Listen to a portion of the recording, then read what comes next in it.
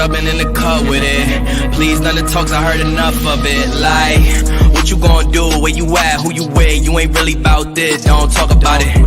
Really on the move, on the map, never slip. Keep your hands to your lips, don't talk about it. Real eyes, real lies, all the time. Stand on it, if we said it, we don't walk around it. Loose lips, sink ships, red cup, blue strips, new phone, who this? No, we don't allow it. Really on go, I don't know what's an off day. Now we on road, came from smoking in the hallway. Hey all, thank y'all for tuning in on this awesome Friday afternoon. If you're anything like me, I know having Wednesday off messed up your whole damn week and routine. But we are here for this awesome segment that apparently is much needed for just more than just me. So, did you just snap? No, I dropped something. Oh, I dropped man, my pen. See. Go and do what you do. Go and do your thing. Hey, you was loud. I can't help it. So, tonight, as you can see, little smart Alec DJ is in the building. What's going on, everybody? Yes, I'm here. Me and all my wit, my charm, and my humor. That's what we calling it. That's what it is. Yeah, okay. Anyway, we're gonna leave it at that. And of course, I guess he's still working on his stuff over there. Think he got it. You good? Well, all right, there we go. Angle right now. No, bro. I'm gonna make it do what it do though. You good? We can at least see you, and it ain't see it's moving. So, it's moving. See, I'll make it do what it do. All right, make it do what it is. Good. You good? You sure? You all right? My internet down?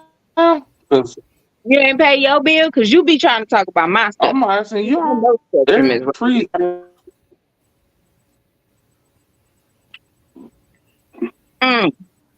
gonna just sit back and I'll figure it out. Yeah, get ragged. You might want to use your phone hotspot. Just saying. Anyway, we have our house resident therapist with us this week. We definitely missed her last month, but she was out getting that self-care and taking care of business and booked and busy. So, but we got Larneka back in the building with us tonight. Welcome back. How y'all doing? Y'all doing all right? It is good to be back. It is good to be back. Thank you kindly for having me once again. I needed a little relaxation, a little relax, relate, release. Something like that. Looking busy, Lord have mercy, was I indeed. Indeed. I love it. Looking busy. Slow down some. For the 25, I'm going to have to slow it down a little bit. Hey, ain't nothing wrong with being booked and busy. That's a good thing. That's what you want. You just got to balance. I need the coins to come with it. That too. That is pro bono. Can you show up? Sure. Yeah. That's what's up. Oh, I love it. But yeah, you were definitely missed. Right. Well, I'm happy to be back. I'm happy to be back, indeed. That's what's up. We love it. So tonight's topic came from me and DJ having one of our little bestie powwows that we tend to have. And nothing. She just be springing it on me. I'll be vulnerable. But if you can't be vulnerable with nobody else, we're not finna have this conversation in public. Just move on. I'm a man. Beat my chest. It just happened. Anyway, as we were having this discussion, we realized, damn it, we have abandonment issues Whole different damn level. And I was like, hey, Larneka, what do you think about this topic? She was like, let's do it. So Let's here go. we are. So, of course, number one question that we like to tend to ask, which always has to do with the topic, what is abandonment? Okay. Abandonment It's gonna be issues is pretty much symptoms that we experience because of different traumas that have occurred in our lives, which can lead us to feel like we've been abandoned. And those particular traumas could be childhood trauma or neglect. You know, it all starts when we're young, for the most part. But you know, I say that, and you could have a lot of trauma in your 20s. You can have it in your 30s too, and still have those abandonment issues, have those feelings. You know, maybe your parents did abandon you or neglect you in some kind of way. Maybe there was a divorce, something happened. Relationship issues. Maybe you were married for 20 or 30 years and then you divorced, or your spouse passed away. You know, something like that could have happened. People lose friends. I think that we get amiss to it being something so traumatic and detrimental, but it doesn't necessarily have to be. It doesn't have to be. You have a hand up? First question. Okay.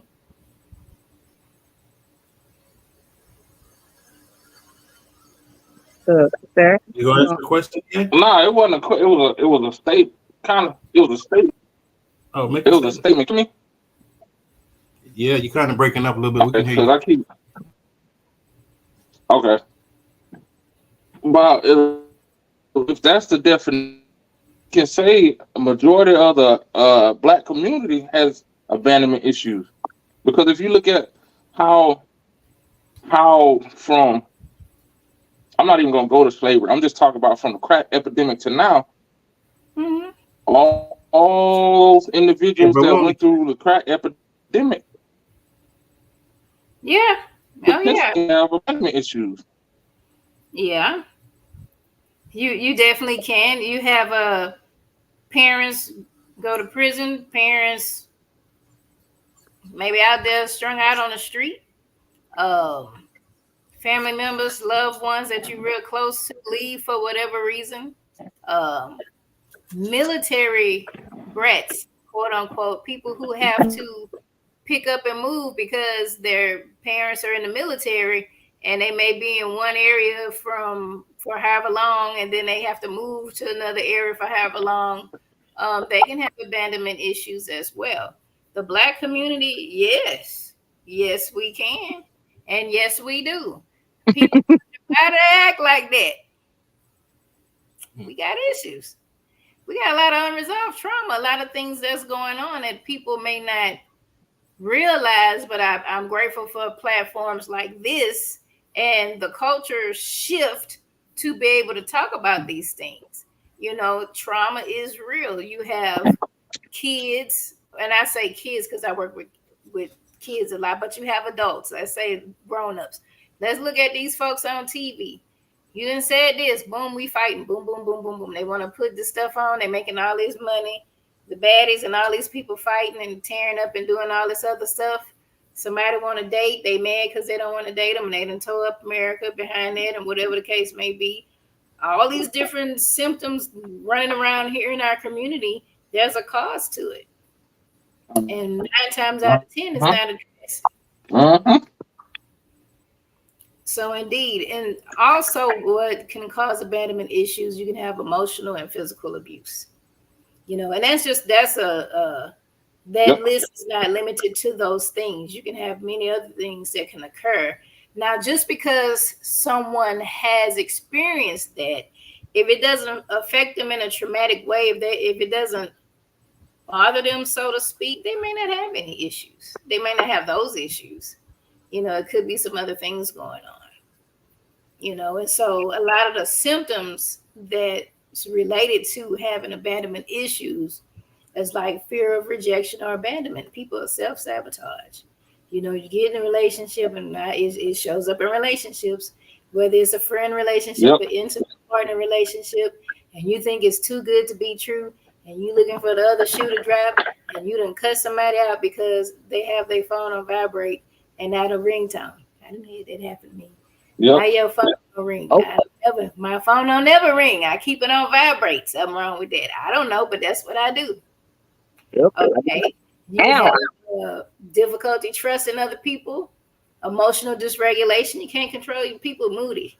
You know, it's cancer season. We ain't all got abandonment issues, but people be talking about moody cancers. Sometimes people can't control their emotions. They can't regulate their emotions. I'm not moody, not all the time. Sometimes. Okay.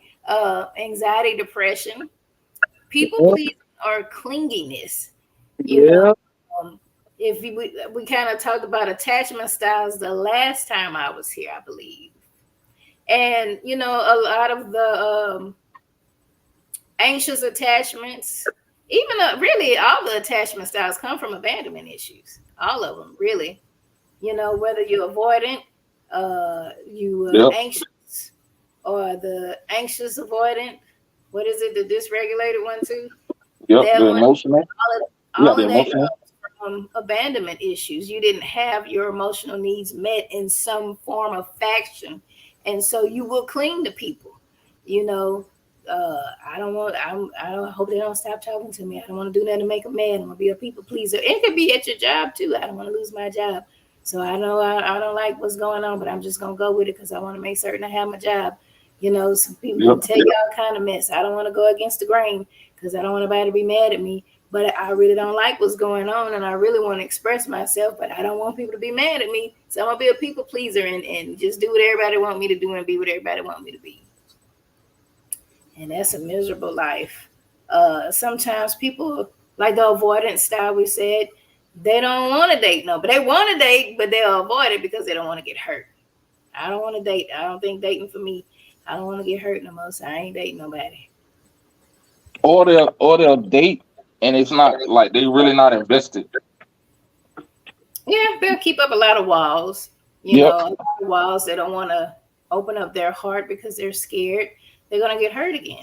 And that's what a lot of these abandonment issues, when you look at the root of it, is fear. Whatever happened, whether it was childhood, young adulthood, maybe older age, you experienced some kind of traumatic event, some event that caused trauma in your life, that caused you to feel worry and stress and think about it and being hypervigilant in some cases. Whatever the event is, the effect is fear. You don't want to get hurt. You don't want to be rejected. You don't want anybody to leave you. You don't want to, lose in whatever the case may be. So, in a nutshell, that is what abandonment issues are.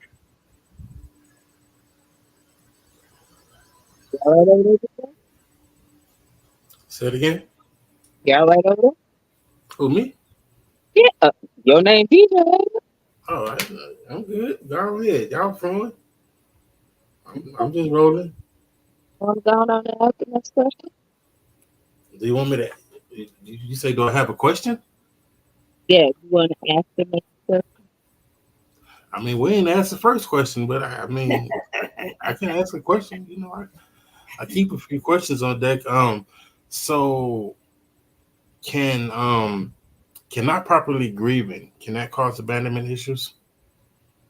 Yeah, somebody left. You had a loss somewhere, and there's a fear that you may lose again. You know, sometimes, and I'll go with a pet. Sometimes you might have a pet. You had this pet, your fur baby, for years. That you grew up with it, all these different things, and the pet passes away. And some people are afraid to get another pet because they don't want to get attached. That could be the same with dating, with people, family. They don't want to get too close, and so they'll find themselves kind of withdrawing or avoiding intimacy. And then that could be any intimacy, just having conversations with people. They kind of be there but not present because they don't want to open up their heart because that pain is still there. They haven't allowed themselves to properly grieve, which would involve feeling all of those, those negative emotions and whatnot that comes with it. Say it again. So, yep, that was going to be my question. How does abandonment issues affect How it affect what was the last part? intimacy? Intimacy. Oh, definitely. You can have, somebody for a person, people, I don't want to say people crave intimacy, but I think in reality, people do want to engage with other people, whatever that looks like for you. If it's just hanging out, dating, whatever the case may be, we typically like people. When you have a person that says, I don't like people, I don't like being around people, I don't like crowds, I don't want to be, I don't want to talk, you have events or something, somebody just kind of a fly on the wall, I don't want to engage, I'm just there. There's something going on. There's a fear of something. Something may have happened. They don't want to allow themselves to be vulnerable, to open up their hearts for the opportunity that it could, or for the chance that it could possibly be hurt, which in life things are going to hurt sometimes. You're going to have relationships that if they last forever, amen, that's a great thing, and maybe they won't. Now the downside to having abandonment issues, not only will people maybe push and avoid situations, they gonna hold on to them good, bad, otherwise, because they don't want to be alone. I've had people to leave me, and I don't want this person to leave me, and they could be treating me like dog doo-doo, but I don't want to be alone, and I don't want them to leave me, so I'm going to be a people pleaser. I'm going to be codependent. I'm going to stay in this situation. A lot of times you have people who are in abusive situations, and they stay, and you ask, well, why are they staying? Why they don't just get up and go? They have a lot of stuff going on, a lot of baggage that would make them feel that this is the best I can do because I've had other people leave me. Yeah, I might get beat a couple times out of the week, but the other times he nice, she nice, they treat me good. But then they might beat my ass again. But the other times we good. And they, that can stem from that. Holding on to something that they don't need to hold on to. Yep. And that adage of the best way to get over somebody is get under somebody.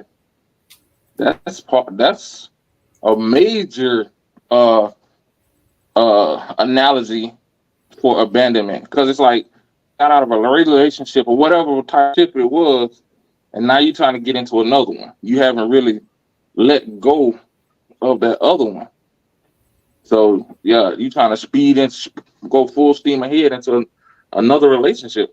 I mean, and it's crazy that we talking about it, but if you sit back and listen and think, it's abandonment issues, or I should of abandonment issues. That's the word I'm looking for. It's all around us. Listen to the music. Listen to how people talk, and the analogy that you used earlier about the reality TV shows. All that stuff is signs and symptoms of, well, that's all that stuff is abandonment issues presenting itself. Mm-hmm. You're absolutely right. It is the signs and symptoms of it. I grew up in the 70s, 80s, and 90s, child. But it was the 90s that was most. I don't even remember the 70s, child. I was born in 1977. But the 80s, I don't remember. Really, I think if I go back and listen to some songs, you hear it. But for certain in the 90s, I was a teenager. So, I was more coherent about what we was listening to, the music and the love songs. Oh, without you, girl, my life is incomplete. Y'all done messed a whole generation of people up. I'm glad them children doing something else now. Because if they have to listen to that, they're going to be in more trouble than they are already. Okay, all those songs. How do we learn about love? Typically, you either see what's going on in your household or you listen to pop culture. Pop culture, I was talking to somebody one day. I don't know, I talk to everybody, but the conversation was about how it might have been Mama Seuss the other day, how women, and I'm just, women have an ideology of people or men taking care of them. When you see some of these reels and memes and all these things about First date, don't take me to the Cheesecake Factory. Take me over, buy me an outfit and do all this other stuff. Where that come from? They mama's doing it or they catching it on TV somewhere. Okay. 9 times out of 10, if you as old as I am, you saw Julia Roberts in Pretty Woman, and they she was a hoe. Can we say hoe? Okay, she was and he bought her all this stuff. So I think the 90s girls thought, oh, if I get some rich guy to buy me all this stuff, I'm gonna be good. Did they do that in Babs? That old man took care of Halle Berry and them. Yeah. Okay, so we got this mindset that we need people to take care of us. That's how we learn how to date. And then we listen to the love songs. We watch the videos. We see people fighting for love, literally fighting people. So what happens? You break up, you got your new man, your old man and came and knocked the door down and ready to fight everybody. God forbid if you didn't take nobody out. Because unfortunately, that happens. Nowadays, people just doing too much. But we learn from what we see. And pop culture is broken. They're unhealed just like the rest of it. So it is a product of the environment. You got Boys to Men, all these people, Quality Time was actually good. Who made that? High Five? That was good. Yeah, you about to sing again? That was you about to sing again? Don't get to sing it again. Yeah, okay, but nah, it is, hey, you do have people, these artists are singing to the audience. You know how they say preaching to the choir? And they have issues just like we do. Just because they making the money and they on all these platforms and people paying, I love Megan Thee Stallion because she's talking about her stuff. Now she's shaking it and twerking it, and people might be missing the whole message in a lot of her stuff. But if you listen to the lyrics of what she's saying, she's really saying some deep stuff in between body, yada, yada, yada, and all the other stuff she got going on. She's talking about her anxiety, her depression, how she was sexually promiscuous because of trauma she experienced. Her parents died, both her parents, mother's passed. And just the stuff with that, her relationship she was in, she got shot and people talking mess on her. She really telling y'all what she going through. But people caught up in all of, the shaking and gyrating and all of the other stuff, they missing it. So I can appreciate really her lyrics and explaining what she's dealing with and how she's coping and working out and all that stuff. That's basically what she's saying. Some of that other stuff was a bit misleading with love and what love is supposed to look like. And so we take that and we run with it. I was a teenager. I took that and I thought, I got to give away all my money. Take my money, my house, and my car. I was hell no. Hell no. I mean, yeah. So there definitely that influence, and that's why you have to counteract that stuff with telling people what it is, because people will follow that and get hurt and beat up, and then continue hurting and beating up other people, and then you have this cycle. This cycle that just keep going, So. But it was a clip. It was a clip that was posted, and I don't know if it went viral or not.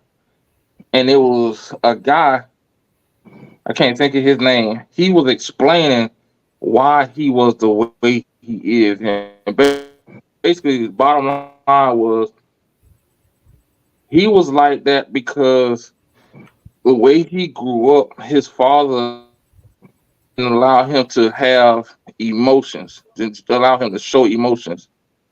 His mom was the same way. They didn't allow emotions. If something happened, you just sucked it up and kept moving. You kept moving.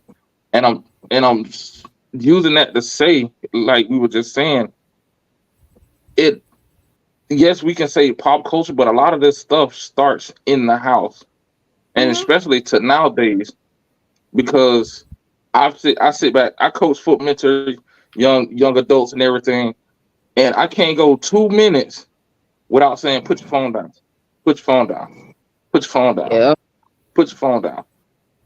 And I'm like, what is so important about this phone? And the first thing out of their mouth is, I don't know, but I can't go without my phone. Yeah. And then if you look at how they are raised, and I'm seeing all these parents and stuff, the first thing they do, as soon as a baby, what they do, throw an iPad in front of them. Yeah. Throw a phone in front of them.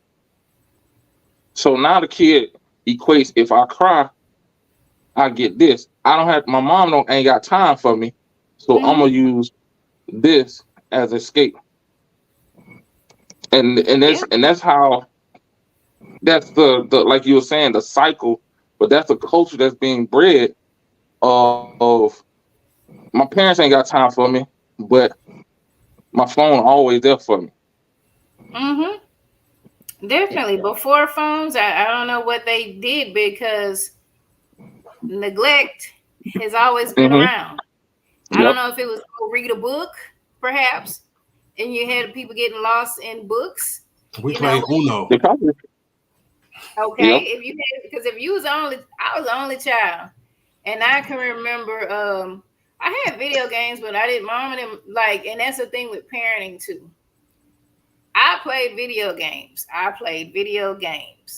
but my mom only let me play the video games if it was summer break, Christmas break, Thanksgiving break, and maybe like spring break. But during the school year, no, you wasn't gonna play no game. She took the game and put it in her closet, so I wasn't even finna play the game, So I could appreciate that. But there were times that I know that I was like alone before my little sister was born, and I watched TV. I might have got lost in the stuff on the TV. I did have a TV in my room, so I did watch the TV. But I don't know what people did, and it's just really this generation. It is the technology. It's easy to throw that tablet, throw that phone. The children got that stuff, and it's very addictive. I can say on my cruise, I wasn't supposed to be doing that, and who had the phone 24/7. But in respect to that, they had it set up because all of our cruise stuff was on the app on the phone. And so if they wanted to tell you about your dinner time, if you did the dining room thing that was there, and some other stuff, you really needed the app. So you needed to have your phone. But I get what you're saying. Definitely 100% agree. It's about what's going on in the household. That's what I was saying about relationships. One end, you have what's modeled in your home. The other end, you have pop culture. If your family is doing, I don't know, maybe they like the Huxtables and everything is just real, real nice. Everybody doing the right thing, but you get on that phone and you got something else going on. You got down at the P Valley or something going on the phones. Then you done learn something from that phone versus what the Huxtable is teaching you in your house, and that's a lot of the issue that we have as well. I have a question, right? So you come to the realization that abandonment issues, could be a thing with you, right? So then, how do you begin to try to deal with it or reverse it or not allow it to consume you, if you understand the question? Well, when you come to terms with that's what you have, a lot of times we don't know. We live, we go, we just every day we just do.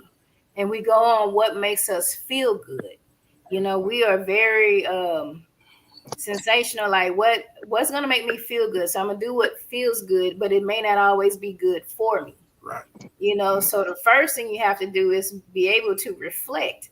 Okay, something has to happen that makes a person really stop and start looking at themselves. Because if everything is just going and you just keep going, you're going to miss it. And people miss it. A lot of people out here doing that stuff, they missing it. They missing it somewhere. Or they're afraid to acknowledge it because that means you have to admit that you're not perfect. Guess what? We are not perfect. I'm not perfect. Y'all not perfect. There are no perfect people here. If they are, where they at? And y'all give me some money because, I don't know what's happening. But you have to reflect. You have to acknowledge that something's going on. Definitely talk to somebody. It's great, that we can have these platforms to kind of get a person jump started and they can watch it because y'all be on some mental health stuff for real. Y'all be on that, for real, and it's good. We fucked up. Shit. I'm gonna say it. Okay, hey, I ain't mad. Shit. Let's say it. Let's be real. That's the first thing. That's the first thing. So And so, as I go on this journey of healing trauma and all these little pieces are starting to come together, you be like, oh shit, something else? Yeah, I got this. And it's that kind of thing. And it's like, oh, you didn't know. And then when you start going to do the research on it, and you like, damn, this list long, this a rap sheet. But then you start looking at the rap sheet and you checking off, yeah, I got that. Yeah, I do that. Damn, I do that too. And it's like, okay. Ooh. It's like you realizing what all those little things were and how all of them connect. And it's just crazy. Even something associated as some may say as simple as abandonment issues is connected to anxiety, is connected to depression. Then it connects to the intimacy part that you have. It connects to having trust issues, to people pleasing. So it branches out. It's like a tree with all these branches that is connected to. So you're like, well, damn, how do I fix all this? I'm gonna be in therapy forever. and hey, it's okay, because if you want to heal it, you got to do what you got to do. And I think a lot of times people get discouraged when they start healing. They start off, they see, okay, I've had typically relationships. I've had this relation, or maybe I've lost somebody. Either grief from death typically, or grief from the loss of a partner, relationship type of thing. They left, divorce. That's typically the two things that gives people attention. And nevertheless, those are relationships. Those are dealing with other people, not necessarily with self. 9 times out of 10, because of your interaction with somebody else in some way that hurt you in some way, that's what gets people to stop in their tracks. What's going on? I don't like the way I'm feeling. I need to do something. But if you start self-medicating, you're gonna miss the whole thing, and somebody else gonna point it out. You driving drunk. Here come the police. Go to jail. Now we're gonna get you some treatment. They'll miss the whole thing when they high. You high? No, I'm not. Is something going on? I just like to get high. That's the children. That's what they say. I just like it. Did something happen? I don't know. Well, tell me about your family. What you mean? Well, after my grandma died, well, bam, there it is. And one of the other things that I noticed too, like especially with me, like looking at, I had to pull myself back, is the workaholics, the ones that always got to stay busy from the sun up to sundown. It's like you always doing something, always into something. Whether like I know people. I'm gonna use me for an example. Like I work, I coach, I mentor, I do all of this stuff, and I'm like, why am I doing all of this stuff? And I had to sit back, and once I had time to really sit down and not move, I was like, I'm running from something. I'm running from something, or I'm trying to cope for something, or I'm trying to ignore something that's really there. So I need to figure out what's really there to address that. Because what's going to end up happening is, again, like you said, something's going to happen that's going to get your attention. Mm-hmm. And it's you're going to run yourself in the ground, and you're going to be sitting there like, oh, shit, I got a heart attack. You're going to start peeling back the onion, and be like, oh, shit, I had a heart attack because my dumb ass didn't want to sit here and address my abandonment issue since I was years old. But instead of addressing that, I'm gonna cover it up by working hard. Oh, I'm a hard worker. I built myself up to be this, and this. All the while, not realizing the only reason why you did that is because you felt abandoned, because everybody else let you down, because your mama didn't do X, Y. She didn't get you that Tonka toy when you were 3 years old, because your daddy slapped your whatever. You know what I mean? Oh yeah. So those are like little things that we don't realize. That part, and I have to tell myself that too, to slow down, Larneka, slow down. Because it's part of people pleasing. I can't say no. Y'all asked me to do this. Okay, now I got 12 stuff that day, but I can make room for a 13th. And and if I say no, people are not gonna like me. That's the mindset. Now, if I say no, I don't want to have a heart attack. I know I do need to rest. I do need to take care of myself because I cannot pour from an empty cup. But we get so into doing, and I think that to be able to sit and acknowledge that, okay, why am I doing all this stuff? I am tired. I'm worn out. Why am I doing it? And if you can chase that rabbit hole, to figure out, okay, this is why I'm doing this, then yes, that's acknowledging it. Now, once you acknowledge it, once you self-reflect, you take all the tests online and you do all these great things and you listen to the podcast. I ain't throwing that at you. I'm just saying, okay, you listen to the podcast and you do all that good stuff. You find the reels on Facebook that's going to talk about what you talking about, and and get your books and all that. Amen. Get all that stuff. But you need to talk to a professional as well, to get us on track, whether you talk to a therapist, which would be my first choice, or you can talk to a shadow work coach. I had both. I've had both because for me, I didn't know what to, and as a therapist, I didn't know exactly what to bring to my therapist because we can only help you based on what you bring us. Talk to you an hour a session, have a 45 minutes an hour, once a week, maybe twice a month, your sessions go, but I don't know what's going on in your life. As a therapist, I should be following you on social media and seeing all these posts you have. We ain't supposed to be getting that close. Okay. So I don't know what's going on in your world. I only know what you bring to me. And for me, if you follow some of your clients, your ass might start charging more. Oh, that motherfucker real crazy. Let me up the price on this. Find out they got more money and don't need to slide that scale. Right. Child, you done got all that hair and you making what? But for me, it was a shadow work that helped me to know what to bring to my therapist because, my layers have been so thick with different things. Of course, it started off with relationship stuff. I got tired of going through the same stuff with different people, same.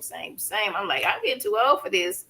I need something to change. I'm talking to my therapist about it, but I didn't know how to dig deep. And so that's where that shadow work coach basically started helping me to peel those layers. And it's like, oh, and she would even say, now tell your therapist this part. That's what I like. They weren't fighting it. Sometimes therapists get intimidated if you have a life coach, a shadow work coach, and sometimes shadow work coaches feel away. If you got a therapist, you need to get one or the other. That ain't even ethically sound because you can't have two therapists. Unless you have an individual therapist and maybe you have a couples therapist, you can't work the same with two therapists. So they both were like in agreement. Like, okay, so when you go to your shadow work coach, do this. When you go to your therapist, do that. And that was very helpful. That was truly, truly helpful. So, so once we acknowledge these things, we self-reflect, we understand where it's coming from. We get all the self-help stuff. We do all that. We need to talk to somebody to help walk us through this. And your therapist will give you some tools, and you take those tools and you use those tools. Because if you just sit in therapy, you just sit there and talk to me for the hour and you go on and keep doing the same stuff you was doing, then no, it ain't going to work. But to also add to that, too, is like sometimes like the journey that folks will go on is very overwhelming. So talking to a therapist, not just to get direction, to let it all out. Because sometimes you go in thinking, okay, you have a game plan. Like, I'm going to go in and talk about X today. And she's going to give me direction. Sometimes you just need to let go from A to Z and just flow and get it out. Yeah. And then maybe the next session come in and have a game plan. Like, all right, last week I told you about my life story. And I want to focus on this. But we do have a couple questions in the comments. Yeah. Go ahead. You got it. Oh, okay. One of them said, how does abandonment tie into all the other topics y'all hitting? All right. Y'all want who gonna answer that? Y'all want me to answer? Go ahead, Miss Larneka. I can answer it. How does abandonment? Because abandonment is the root. There had to have been some trauma, some kind of traumatic event in your childhood, early stages of life, whether it was neglect, maybe your parents abandoned you in some way, parents had a divorce, relationship issues, some instability in your life. There is a root cause to all the layers of stuff that happens. My parents, if I was a baby that cried all the time and my parents did not hold me, they may have bought into the ideology of, oh, if you hold them too much, you're going to spoil them. Well, that made me feel like nobody was going to meet my needs. And so as I probably was a people pleaser, had self-esteem issues. And when I was in a relationship with people, I was probably very anxious and clingy, didn't want them to leave, overcompensated, and did all of these different things. I would have anxiety probably and depression. So all of that ties together because of those abandonment issues. We don't realize the root or the source. Shadow work will give you the root. Shadow work, when a lot of times people just, I've been in these bad relationships. I can't find a partner that's gonna, be faithful. Nobody's faithful. Everybody cheats. Okay. Am I going to blame everybody else, or why I keep going with these same people? And then once you start there and you start peeling back, so why do you think you are attracted to these people? Why do you stay? Did you stay longer, or did you notice they wouldn't worth a damn and you left immediately, or you stayed for a while? You start peeling off layers and you get to the root of why. My mom always fussed at me. My parents never, treated me like blah, blah, blah. I went through this, I went through that. Oh, man, okay. So that's why my relationships look like this, or have looked like that. Because if I trace it all the way down to why I allow people to treat me a certain way, or how I view myself, my self-worth, my self-esteem, it can go right down to those abandonment issues. And I like to use the analogy. One of my docs used the analogy of a mirror. Like if you have a mirror, a brand new mirror, and you take a hammer and it doesn't break, it shatters, and you got all these different pieces, but it's still that same mirror. He said that's how people experience trauma. That's when they experience trauma. That's how people are. You're that mirror at first. Then the initial hit, that trauma, creates all of like the abandonment issues, self-esteem issues, all these other issues. So that's how it all ties in together.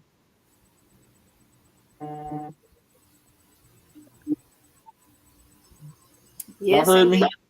Yes, yeah. That's how they do tie together. I just got an alert, an Amber Alert. What the hell? Uh-oh. People are and kids and groceries is high, and it's the summertime. Man, I'm trying to steal cookies. Give me them cookies. No, I'm just playing. I was going to say something, but I'm gonna let you make it, because that might send you into a moment. See, that's trauma. That's trauma. See, you bringing up trauma. It is. You bring up trauma. I'm gonna leave you alone. I ain't gonna say nothing. I'm gonna leave it alone. So there was another question here. You read that second question, the other question, DA? Shit, I'm looking for it, because once I sit. Got you. I got it. It says, D asks, how does it get fixed? What do you think the answers are? How do you fix the abandonment issue? Okay, for one, you have to you become self-aware. Self-aware, this is what I have. 2, go to a therapist. Talk to someone. You have to be able to get some guidance. That's why I mentioned that, and shadow work, if you want to be able to have something in addition to. Work on building your self-esteem and self-worth. One of the best, and I'll say this forever, because that's probably the main thing I still utilize, get a little busy, lazy, and I'll utilize some of the other stuff. But my shadow work coach had me to create a self-love altar. And on that altar, I have a picture of myself. I have a scripture. I have some affirmations that I recite every day. When I go to that altar, I tell myself, I love you. I've started kind of communicating some things, some words of encouragement, setting my intentions for the day. And I usually have my earrings there because she was like, put a candle there. So if you like a candle, now, ain't no witchcraft because I don't do all that. I know folks ain't amen if that's what you do, but that's not what it is.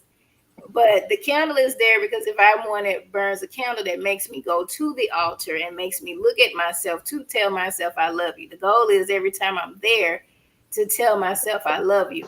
How many times do we really do that? I don't call some Joe Blow and be like, I love you. But how many times am I saying this to myself? And so I think that was one of the best things because I've been using it probably over a year. Has it been 2 years now? It's been, and it has been very helpful because along with the I love yous is affirmations, it's encouragement. It's like I'm hyping myself up for my day. So before I leave in the morning, I'm getting my earrings off of there. That's the main thing. Now, if I happen to be cleaning up or something and burn the candle, I got to go there and do that. I don't have to just burn the candle to say I love you. It ain't no kind of, ooh, I ain't doing all that. But, that was one of the things. So working on your self-esteem, your self-worth, excuse me. And once we know what our attachment styles are, and I'm not throwing that, I promise you. You have to develop a healthy attachment style. Recognizing triggers. I have an anxious attachment style. Okay, that's me. And I understand where I got it from because I love my parents now. I ain't gonna act like they just hate me. Their parenting styles were typical African American Black families. That's what they did. Now that's a whole nother topic we talk about, but how parenting styles affect your children. Yeah. My parents yelled. Okay. And we still yell, and people be thinking we fussing, but that's kind of how we learn how to talk. I don't even know, and so with that caused some trauma. Now, were they trying to traumatize their kid? Probably trying to scare the hell out of me so I could stay on the right path. But I don't believe they were trying to abuse me in any kind of way. I didn't have that. And I know some people have, and it's unfortunate, but I did not have that. But nevertheless, intentional or unintentional, it caused trauma. It caused me to look at my self-esteem and self-worth in another way, in a different way. It caused me to people please and do all these things. And it showed up in all these horrible relationships that I've had. And so recognizing that I have an anxious attachment style, what I have to do now is work on healing it. What am I doing? I'm recognizing my triggers.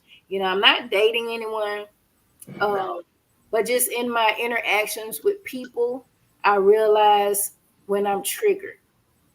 And I have to take a step back and sit with that and understand. Because those attachment styles are not just intimate relationships. They could be friendships. They could be, coworkers, I guess. And so whenever I do feel triggered in some way, like, oh, this person just don't want to be bothered with me, I have to sit with that. And realize that people need space and time too. You don't have to clean everybody. Go do something. Clean your room. Okay, I'm going to clean my room. Go on a vacation. Okay, I'm going to take a solo trip because I need to do something for me instead of wanting to be cleaned up. Cleaned. That's that Puerto Rico accent coming out. Cleaned. You want to be okay, so you mentioned the anxious attachment styles, right? So let's kind of touch on other styles of abandonment issues and how they may look so we can just have a better understanding because everybody don't respond the same way. So they may not see that pattern because their style may look different.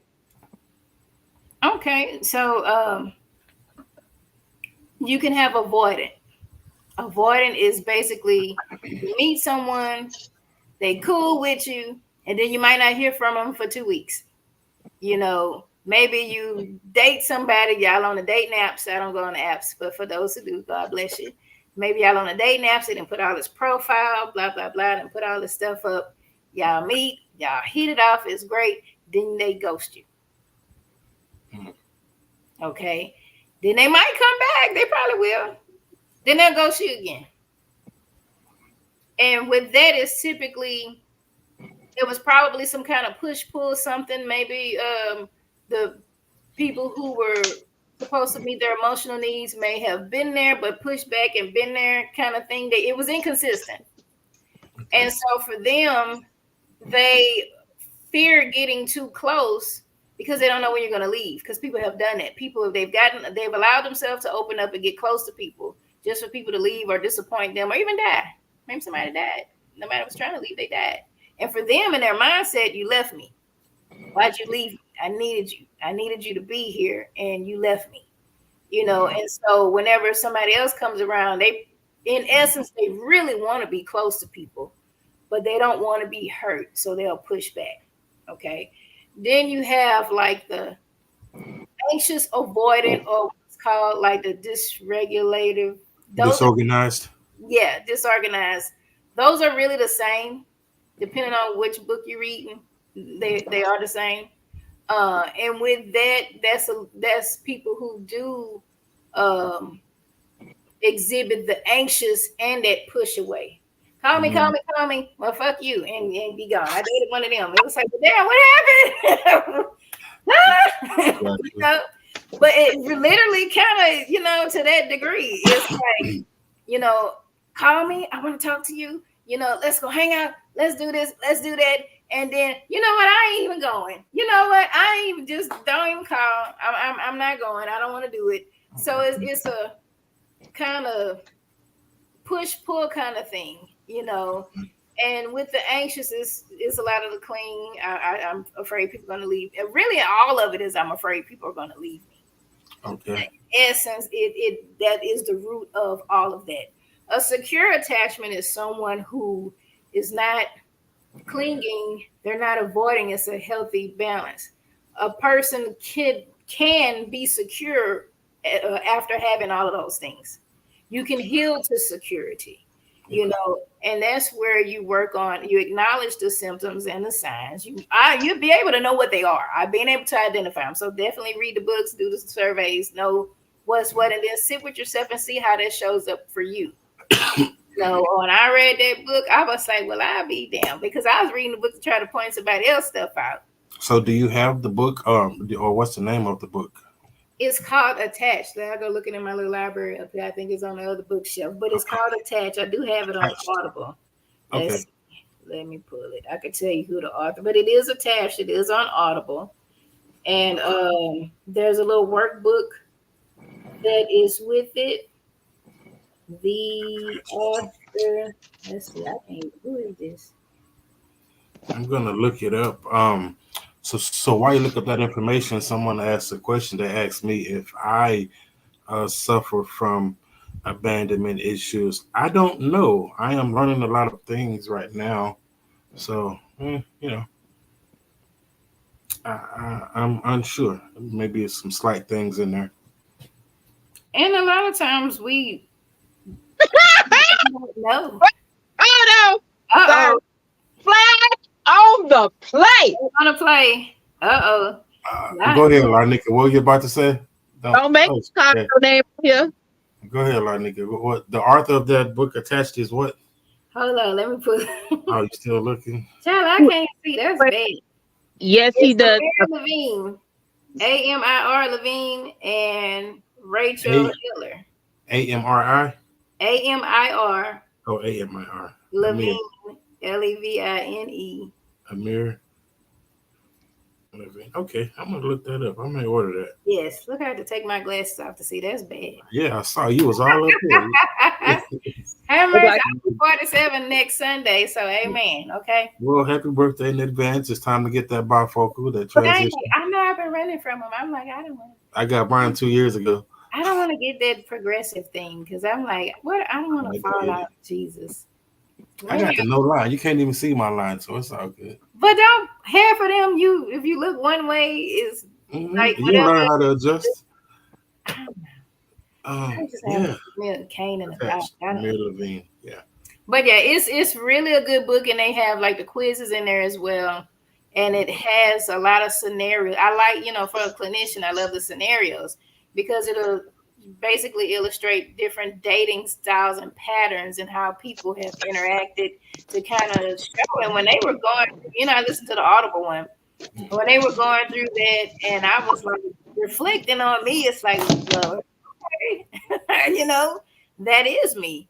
And I'm a whole clinician. I'm a whole therapist. I've studied these things. I had been seeing clients for therapy doing the whole nine. And I could tell everybody else what they needed to do and what was going on. But I had to take that moment because I'm human. I have my own stuff.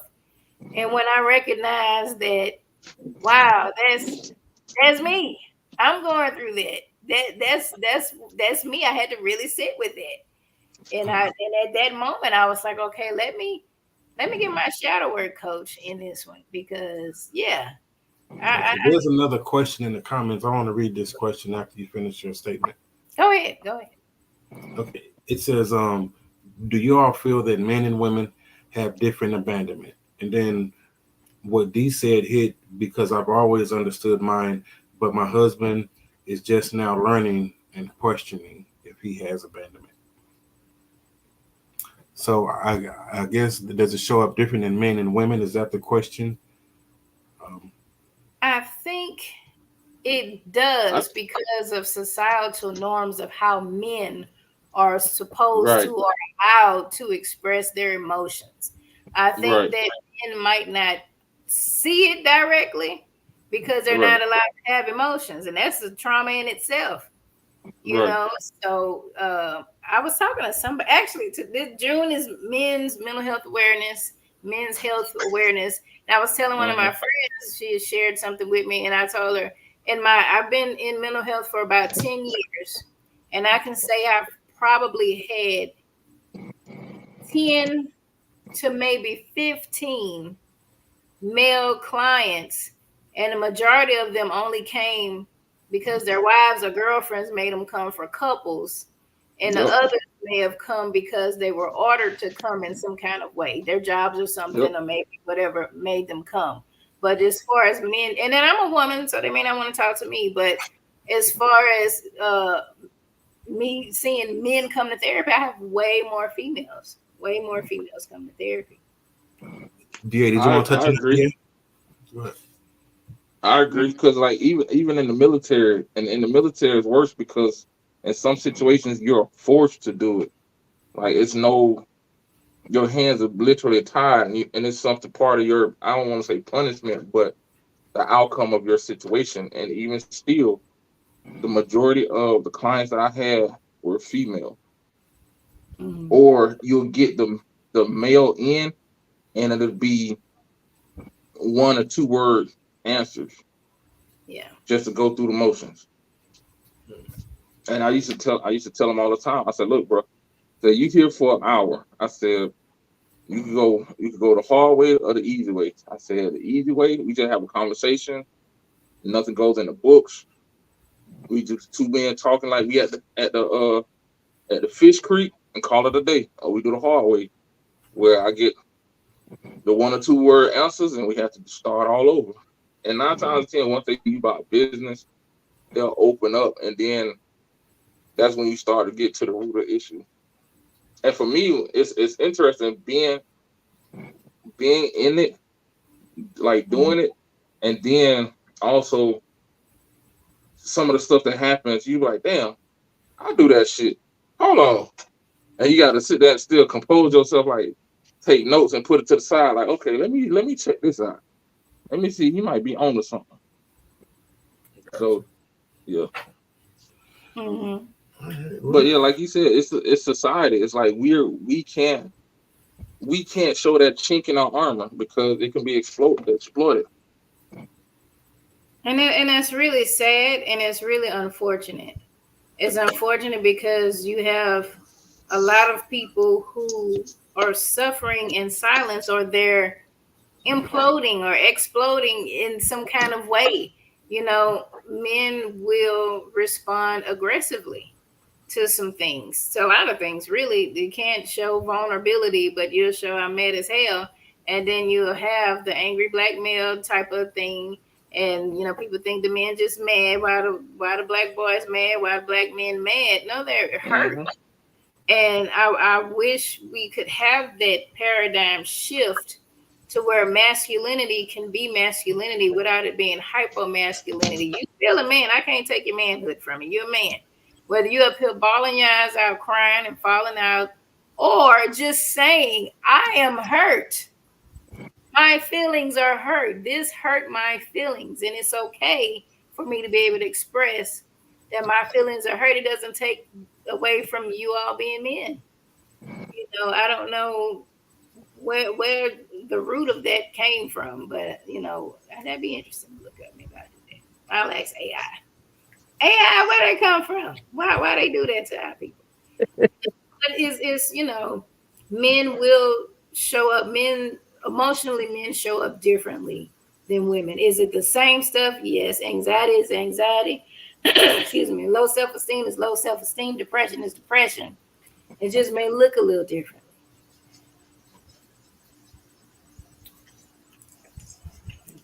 So sizzle dizzle. Hey, Kate, any other questions, comments? What you got? Did you just try to throw me on blast right now? Don't you got this over there? What else is on the list? She covered it pretty good. I don't have anything. First, the question she had already was answered before I asked. I was like, uh-oh. No, could that be you? I don't. You was already like 10 steps ahead from me. I was like, yeah, I agree. I think the main thing to take away from this is just pay attention to yourself. Pay attention to signs. If you see anything that may look like it could be, then talk to someone, see what it is. Don't ignore it. Don't be embarrassed if there are some things lingering as far as abandonment. Talk to therapists, life coaches. They work together. That are specific. It's called coaching for a reason, because it helps you move forward in life. It's called therapy for a reason, because it helps us deal with those day-to-day issues. Counseling helps us dig up those things that may be buried. So all these things are important. They all work together. There's no one better than the other. So do the work. You're worth it. Go on your journey. Your friends and family, everyone connected to you is worth it as well. So. And take your time. Take your time. Take your time. Take your time. I think a lot of people get discouraged when, I go through one thing, I've peeled off a layer, I think I'm good. And then you realize, something else happens. Like the interesting thing, and TK, I heard you mention that when you start the healing journey, and I think you become more aware, excuse me, you become more self-aware. I think that third eye opens up. Excuse me. Y'all falling out over there. What? I'm losing my voice. Why are y'all drinking at the same time? Maybe. That's why it's deep. Deep conversation. I didn't work on my throat chakra. You made me you showering, laptop thing. Oh Lord. She left out. You're like, man, I'm missing. Yeah, I don't know what y'all laughing at, but okay, right on. Yeah, don't worry about it. All three of us were drinking at the same time. It just happened. That's what I'm saying. That's what I said. All y'all grabbed the drink at the same time. Excuse me. And T started laughing. It made me laugh, and I got water everywhere. Uh-oh. I say one thing to that I like to tell people two things. One, it's okay to not be okay. That's the biggest thing. It's okay to not be okay. A lot of people feel like if they're not okay, it's the end of the world. Two, don't get so fixated on fixing yourself. All right, it's called growth for a reason.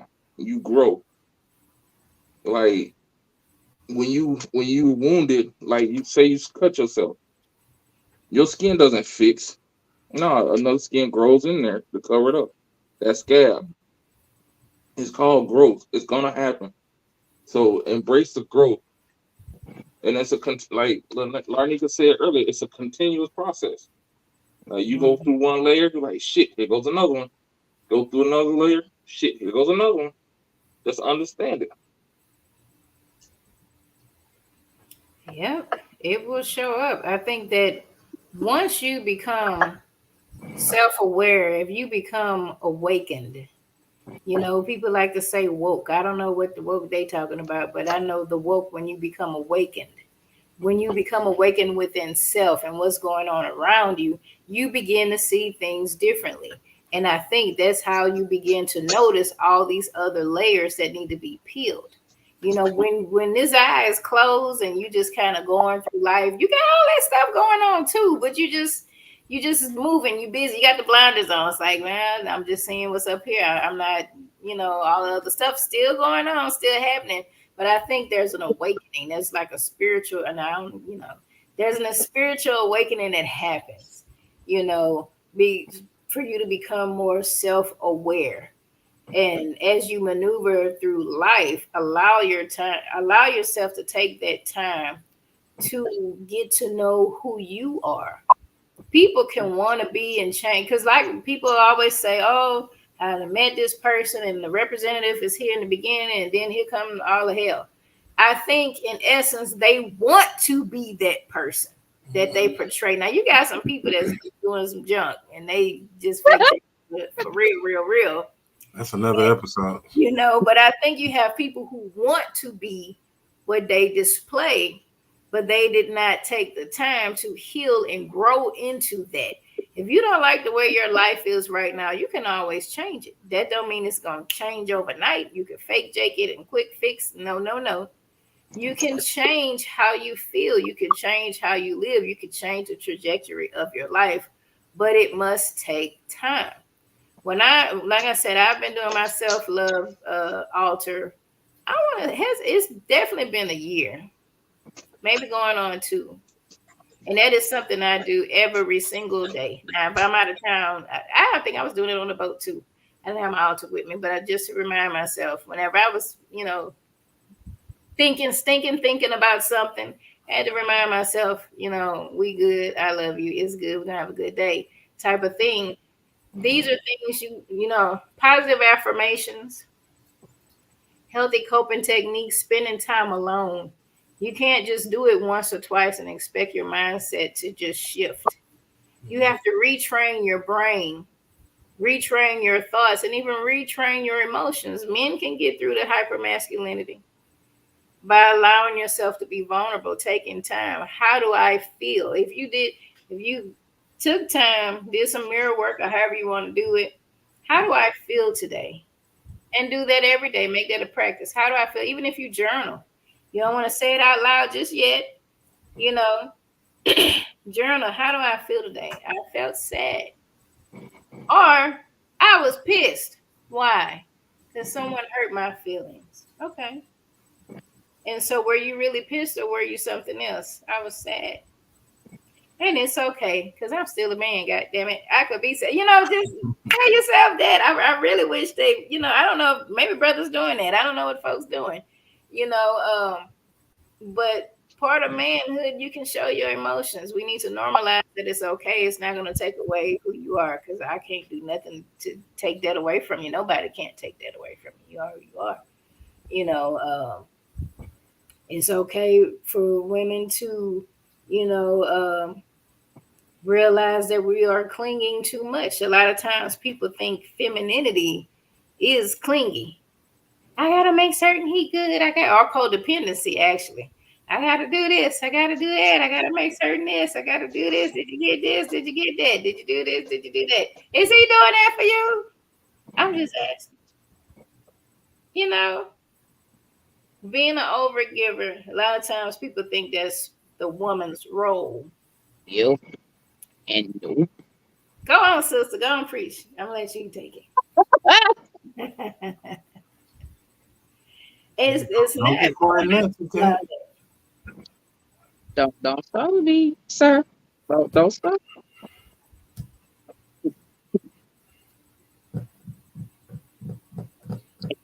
Okay. But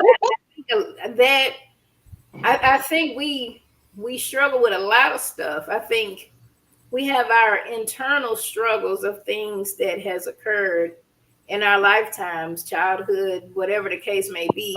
Then you got outside stuff. You got societal things. You have cultural things that are going on. You got to contend with that as well. You know, and sometimes you have to block out all that stuff. You got to try to block it out. You know, do the best that you can to block out all of that stuff to be able to focus on self. You know, I went on a solo vacation. I've done too. I'm proud of myself for that, you know. And people would ask, why? Why not? I didn't want to wait for nobody to go with me. I wanted to go by myself. I wanted to experience that. Because I've always been a person that was like, when I get married or I'm dating, I want us to do this. Okay, well, that ain't finna happen no time soon, so I ain't gonna never go nowhere. If I don't sign up and go, you know. And so sometimes you have to do these things. But I'd like to have somebody with me. Sometimes some of that trip I wouldn't have mind, you know. But then I was like, hey, I'm doing me. And I met people, you know, might have had conversations or whatever, and that was cool. But I was doing me. And sometimes we have to do us. I think a lot of times what happens, especially what Dee was saying about people want to, the best way to get over is to get under, that type of thing. I think people feel away when they're single for a long time. You know, I know society usually says you have to have somebody. You know, you look at all the Facebook and social media stuff, everybody coupled up and this relationship goes and that's that and all this other stuff. You don't know if them people really happy what they doing, child. All it might be crazy. All it might have some stuff going on. But nevertheless, it's okay if that ain't you. If you are single, I know, you know, as women, people will be like, you ain't got your husband yet? Well, no. Okay. That's out of my business. That part, child. Okay, I ain't going to mess with church people. Amen. Bless them. Bless them, Lord, bless them. But people make it, I don't know where they came from. But I see a lot of people in a lot of the social media groups I'm in, they're really upset about being single. And the answer is always take time for yourself. Take this time for yourself. Loneliness happens, and loneliness will get you in trouble if you allow it. Shit, you could be in a relationship and be lonely. That Agreed. You said that right. That part indeed. You can be. Yeah. And I think that's what people want, to not be lonely, and they end up getting in the wrong relationships and they be lonely anyway. And then you come to a realization that you could have just been by yourself and did something else and it'll save you a lot of heartache, trouble, money, whatever the case may be. Therapy sessions. That part. That part. So just, you know, get to know yourself, get to know who you are. You know, create this life. Start over. I am somebody. Amen. Go on, Brother Jesse. Okay. Some good affirmations, though. He's trying to give them affirmations. And sometimes we need that. Sometimes we need encouragement. Random as hell. Okay. Somebody. TK, what you got? No. We did cover all of the attachment styles, right? We did. Yep. For the most part, yeah. So what do you have going on, Larneka? Where can people find you and reach you? People can go to my website, www.lavalislpc.com. Check out what I'm doing. Tomorrow, I actually am facilitating a diversity, equity, and inclusion workshop. Wow. No, it's not a workshop. It's a seminar because I'm talking. Seminar that focuses on the LGBT community. Nice. Just how to make it comfortable, how to be supportive, how to make a comfortable work environment or a comfortable school environment for what we can do at school, because all these laws is just ridiculous in Texas. But along with therapy, I do facilitate different groups, workshops, support groups, mental health things. if you are on Facebook, you can check out Larneka Lavlis LPC PLLC or Larneka Lavlis. If you are on Instagram, you can check out Larneka Lavlis LPC PLLC. Or you can find your way to Cutie Pod, QTPOC, Southeast Texas, as queer trans people of color, Southeast Texas. I'm everywhere. But this summer, after this seminar tomorrow, I'm laying low a little bit longer. Okay. You know, just a little bit longer, and everything probably gonna ramp back up around the end of July. So we got to figure out when I'm coming back in July, and all the support groups and stuff will be kicking off. We'll be doing it. So I love it. I see you advocating. I believe everyone needs a voice. Everyone has to have a voice. So that is awesome work that you are doing. Keep up the great work. And I'm always excited to talk to you, and I love the knowledge and the jewels that you drop. It's always so helpful. So I appreciate that. I appreciate it. And I enjoy coming on here. I feel like Friday night, this is what we gonna do. Hey, this is my turn up, child. Okay, I ain't gotta go out and just pay me $40 on parking. Okay, this turn up for me. I can take a shower, go to bed. I'm good. She good. What's the grief counseling for this month? Group session. We on a summer hiatus. Okay, you know how they do the shows used to come on. They used to be out for the summer and come back in the fall. That's how old I am. I don't think they do that no more. They just binge watch. But we will be back in August for sure. Okay. We will be back in August. I know I had a going on, but I was like, did I miss that? No, I just needed me a good break, child. You know, I do it like sessions. We have our fall session coming up. Then we're gonna take us a good little break, and then good spring session. Right. Gonna come up. We'll have us some special guests. I gotta see who the lineup is gonna be for the fall. Very nice. And I do bring my shadow work coach on. I bring her on so people can, let her pour in y'all's cup for real, okay? And I try to have some helpful people, of the community and stuff to come out and very nice to folks. So yeah. I love it. There's some people that are real close to me that are part of the community, and I personally want to learn how to meet them where they are. Okay. Like, how can I help those people? Like, what can I do to make things more comfortable? So yeah, that's why I love it. Yeah. I appreciate people like you. Just learning more, taking time to learn more and ask questions. Ask questions. I think that I got more pushback advertising for this seminar. I think when I said diversity, equity, and inclusion, I think people thought it was affirmative action. I'm like, really? Yeah, I didn't work for it. Work for what? That's what they related to. Well, affirmative action, you were having a quota of people you hired that fit a different racial or gender identity. Diversity, equity, and inclusion is the people are already here. Whoever you hired, whoever you got, they're here. We're dealing with people. So how do we make a more comfortable, conducive environment for everybody to feel safe and welcome? No, I understand that. I'm just saying that's how it's been painted in social media. I guess. TK. I had most stuff, and if I wasn't a professional baby, the clap back was gonna be for real. But I'm like, that's all I needed. Somebody to screenshot that and go on and mess my whole business up. Yeah. But I had to just go on and block folks. So I thought, kudos for keeping it professional. Ooh, but man, we need you. I wanted to make a fake page just to go out. TK, you want us to go ahead and where you want to go? What you want to do right now?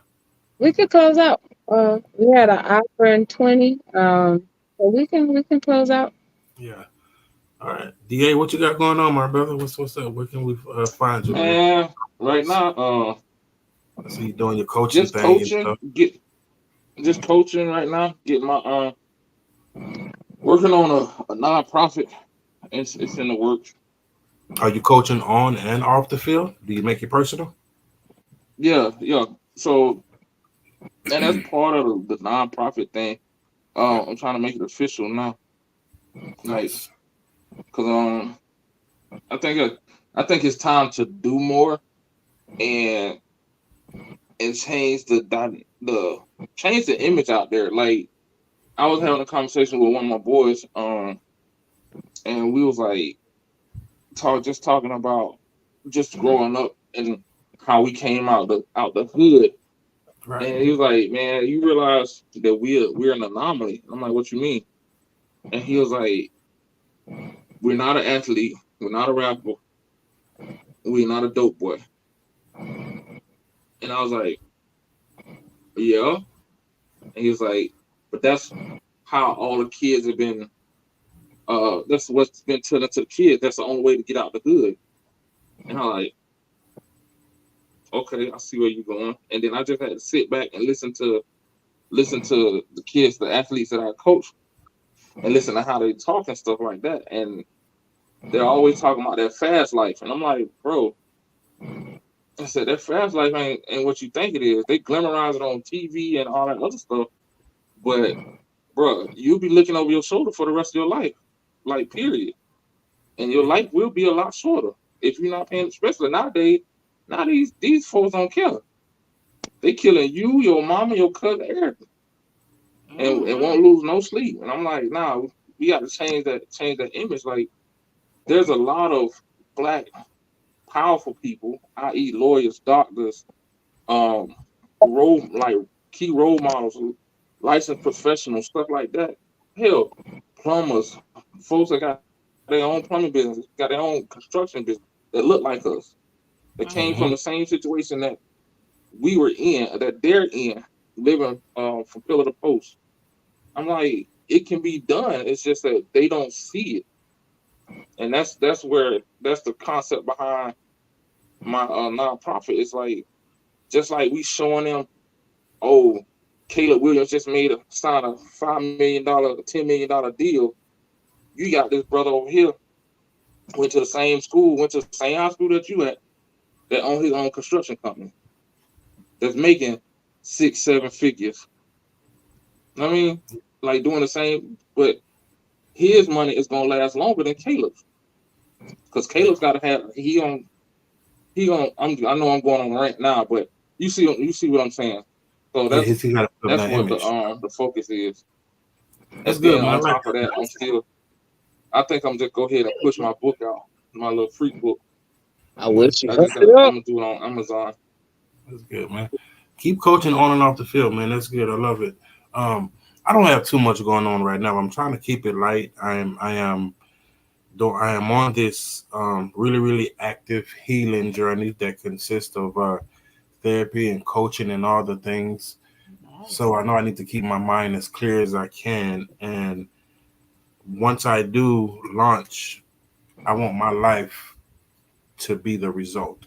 I want to be able to talk to people about what I overcame, about the work that I done. So it's tangible. So yeah, I'm kind of keeping it light, keeping it low key, but I am actively working on some things that I know I need to heal from and overcome. So, yep, that's me. I'm going to turn it over to our awesome, lovely, beautiful host, TK. Talk to us. When I was saying hurry up, VA, I was actually talking about that book, though. I wasn't rushing. I was talking about the book. I've been waiting for a long time for the book, bro. Oh, yeah, it's like, it's like, I think I'm gonna put out multiple because, like, I got so many stories. It's just like, y'all just sitting there. Yeah, you do. Yeah, they're like 10 plus years at least. Just sitting there collecting dust. Look here, woman. Look here. TK. Go ahead and close this up. Don't rush me. You need to do your. I'm not rushing you, but you're kind of diverting. Go ahead, man. Don't rush me. Anyway, thank y'all for tuning in tonight. As always, we are always thankful and grateful to have Larneka with us. educating us on these important topics. Next week, tune in. We will be having a men's mental health episode.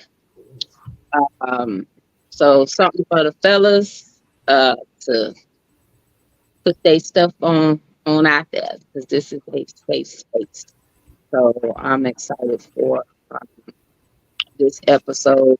Usually when we actually have episodes for the men, they are really amazing. I do enjoy the men's episode because the men crying the bath episodes was fire. So I definitely love these segments where the men can speak freely about whatever's going on and stuff that they really want to get off their chest. So we are that platform where we definitely openly like to do that. Definitely pray and hope y'all have a safe and wonderful week. Like, share, and subscribe if you have not. And of course, tune in next week, same time, people to a point. Because we will have 2 people on next week along with the co-host. So I was trying to sit in the background, but somebody told me no. But nevertheless, we will be here and enjoy and be safe. Yeah, what's up with it? Do it cause I love it and I stuck with it. We ain't with the sub